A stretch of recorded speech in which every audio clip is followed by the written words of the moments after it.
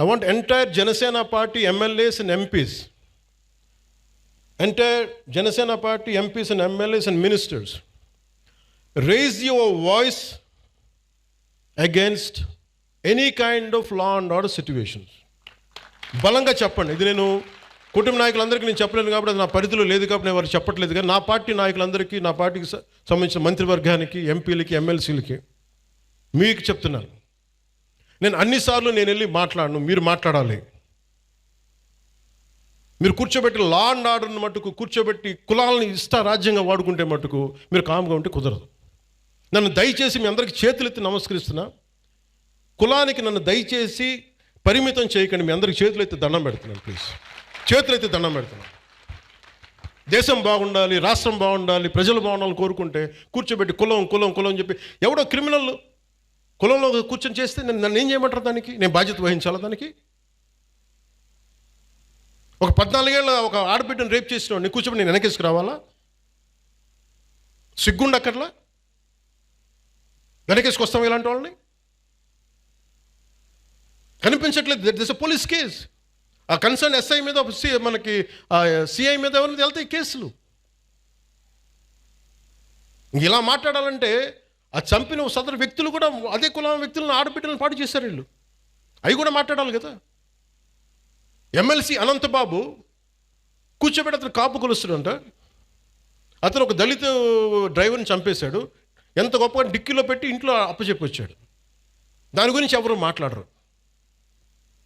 అప్పుడు కులాలు రావు. ఒక రౌడీ ఎలిమెంట్ చచ్చిపోతే దానికి నన్ను లాగుతారు. ఇంతమంది ఎమ్మెల్యేలు, ఇంతమంది ఎంపీలు ఉన్నారు, మీరు ఎవరు నోరు తెరవకపోతే నేను ఏం చేయను చెప్పండి? మీ అందరికీ నేను రానా? రోజు ఏం చేస్తున్నారు మీరందరూ?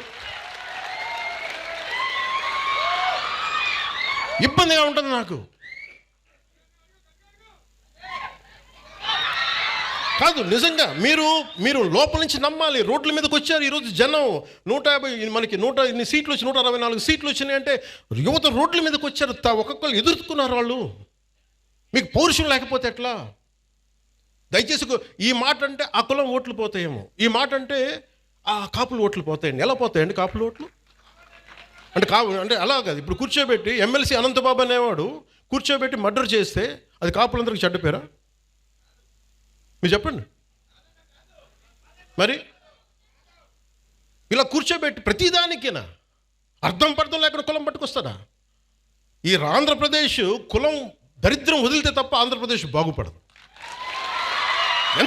ఎంతకాలం పిల్లలు ఇక్కడ ఏమడుగుతున్నారు? భవిష్యత్తు అడుగుతున్నారు. మాకు ఉద్యోగాలు కావాలి, ఉపాధి అవకాశాలు కావాలంటే అవన్నీ ఆలోచించడం వదిలేశారు. ఆ కులం ఓట్లు, ఆ కులం ఎందుకు ఓట్లు పోతాయి? ఏ కులపు ఓట్లను ఎందుకు పోతాయి? మీరు సవ్యంగా పనిచేస్తే మనందరం ఓట్లు ఎందుకు పోతాయి? లా అండ్ ఆర్డర్ని కాపాడితే ఓట్లు పోతాయా? ఇదే చెప్పండి. మీ గొంతు తెలియాలి వీళ్ళకి. మీరు అందుకే నేను కూర్చోబెట్టి అలా కాదు, మీకు కూర్చోబెట్టి భయపడతా ఉంటే ఎవడు పని చేయగలరు ఈ దేశంలో? నేను అంటే ఒక క్రిమినల్ యాక్ట్ జరిగినప్పుడు మనం ఏం చేయాలి? ఆ దుర్మార్గుడు ఎవడో చేసే పర్పెట్రేటర్ ఎవడో, విక్టిమ్ ఎవరో. విక్టిమ్కి హక్కులు ఉండవా ఈ దేశంలో? ఒక మానభంగానికి గురైన ఆడబిడ్డకి హక్కులు ఉండవా? అంటే మానభంగం చేసినోడికి హక్కులా ఈ దేశంలో? మానభంగానికి గురి కాబడ్డ హక్కులు ఉండవా? ఒక నిర్భయకు హక్కులు లేవా? అంటే నిర్భయ లాంటి 100 ఇన్సిడెంట్లు జరిగితే తప్ప మాట్లాడరు ఈ దేశంలో. ఒక ఆడబిడ్డను కూర్చోబెట్టి రోడ్డు మీద వెళ్తుంటే ఇలా చేయి పట్టుకుని లాగి చంప మీద కొట్టే సమాజం కాదా ఇది? కొట్టాలి. అప్పుడు కానీ మీకు ఇలాంటి ఇన్సిడెంట్ జరగవు. మీరు భయపడతా కూర్చుంటే మేము మాకు సంబంధం లేదంటే ఎవరు రారు.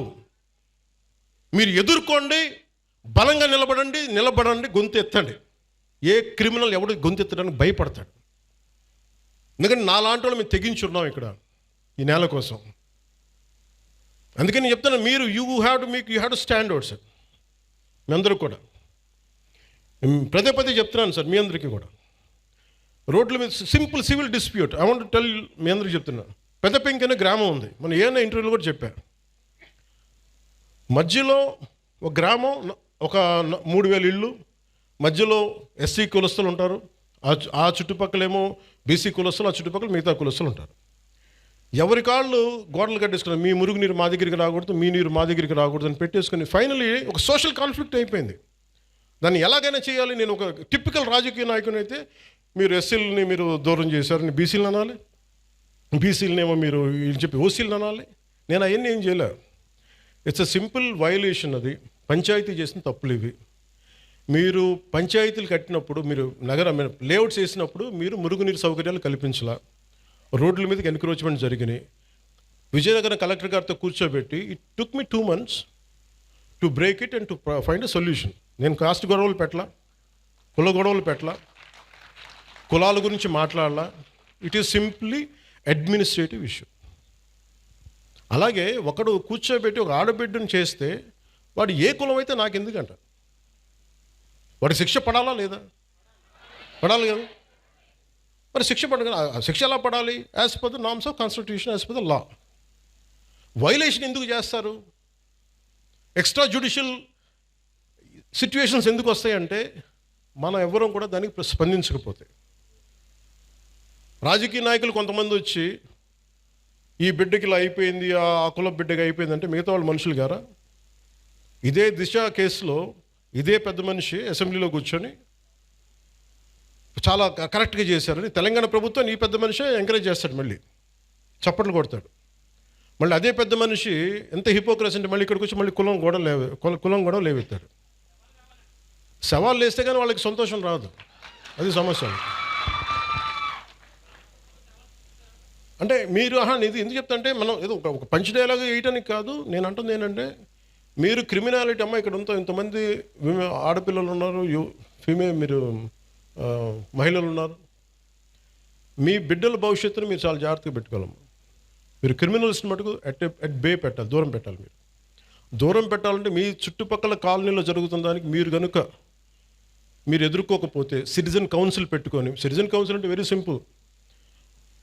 మీ వీధిలో ఉండే ఒక 30 మంది 40 మంది ఒక గ్రూప్ కండి, వాట్సాప్ గ్రూప్. అలాంటి వాట్సాప్ గ్రూప్ ప్రతి సందులో ఒకటి మొదలు పెడితే మీ మొత్తం ఆ కాలనీకో దీనికో అన్నీ కలిపి ఒక కనీసం 1000 ఓట్లు, 1000 మంది తయారవుతారు. 1000 మంది రావగానే any typical politician will think of 1000 votes. ఎట్లా దానికన్నా స్పందిస్తారు. కోపం రాకపోవచ్చు పొలిటీషియన్స్కి అందరికీ, కనీసం 1000 ఓట్లు పోతాయేమో ఆ కాలనీలో, మనకి రావేమో, మనకి ఆ భానుగుడి జంక్షన్ ఓట్లు రావేమో అని చెప్పి కొంచెం చేస్తారు. అట్లీస్ట్ దాని ఉద్దేశం పెట్టుకో. సో అందుకే నాకు ఇది ఎందుకు చెప్తున్నానంటే, law and order, let us be very clear, we won't spare anybody. అలాగే ఈ వైసీపీ రౌడీ మొక్క కూడా చెప్తున్నా, మీరు ఇలాంటి ఎన్ని పిచ్చి వేషాలు వేసినా రేపు నుంచి నన్ను తిడతారు, నాకు okay.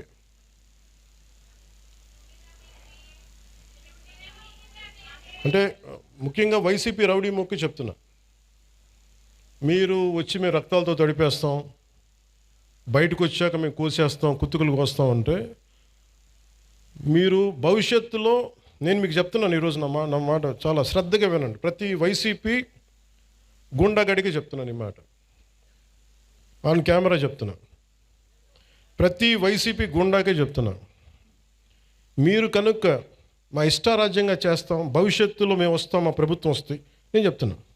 For example, for an argument sake, మీ ప్రభుత్వమే వచ్చింది అనుకుందాం, తొక్కి నారా తీస్తాను మీకు చెప్తాను, గుర్తుపెట్టు.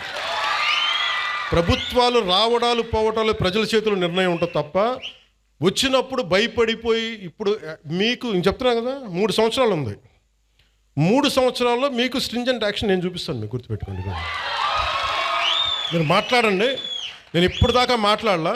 లా అండ్ ఆర్డర్ నాది కాదు అని చెప్పి కాము కూర్చున్నా. నా అభిప్రాయాలు కూడా సీఎం గారికి నేను చెప్పను,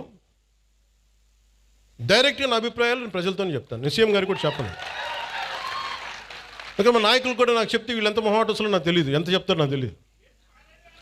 నా డైలాగ్ ఒకటే అమ్మా, నా డైలాగ్ ఒకటే, నా కమ్యూనికేషన్ ఒకటే, నాకు నా ప్రజలకి తప్ప నేను ఎవరితో మాట్లాడను, దీనికి సంబంధించి మీతోనే మాట్లాడు.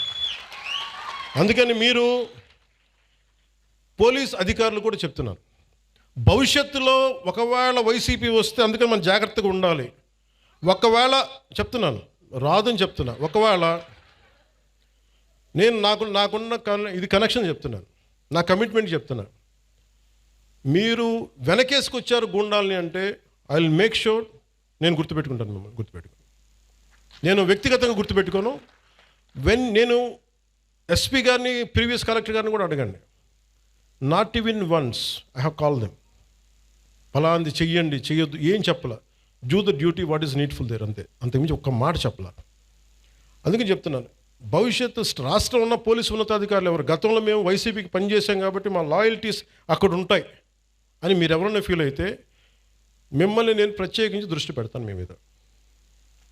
అది మీరు ఏ స్థాయి అధికారులు. ఎందుకంటే నాకు వ్యవస్థల్ని నిర్వీర్యం చేసే ఈ రోజున దౌర్భాగ్యపు స్థితి పట్టుకొచ్చారు అందరూ కలిపి.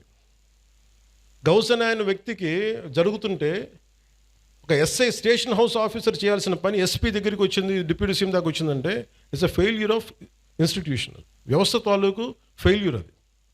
అలాంటి జరగకుండా ఉండాలి అంటే మటుకు నేను ఖచ్చితంగా ఉండదలుచుకున్నాను. నాకు మా పార్టీలో నాయకులు ఎలా ఉంటారో కూడా నాకు తెలియదు. నేనైతే ఇలా ఉంటాను. మా వాళ్ళు ఎంత ధైర్యం తెచ్చుకొని నిలబడతారో నాకు తెలియదు. అది వాళ్ళ చేతిలో ఉంది, నా చేతిలో లేదు. నేను మటుకు మీరు నా జన సైనికులు కానీ, నా వీర మహిళలు కానీ, నాకున్న నిలబడ్డ జనసేన నాయకులు కానీ నాకు మీరు ధైర్యంగా నిలబడ్డారు. నేను మీకోసం ధైర్యంగా నిలబడతాను, రాష్ట్రం కోసం, ప్రజల కోసం, సగటు మనిషి కోసం. జై హింద్. సో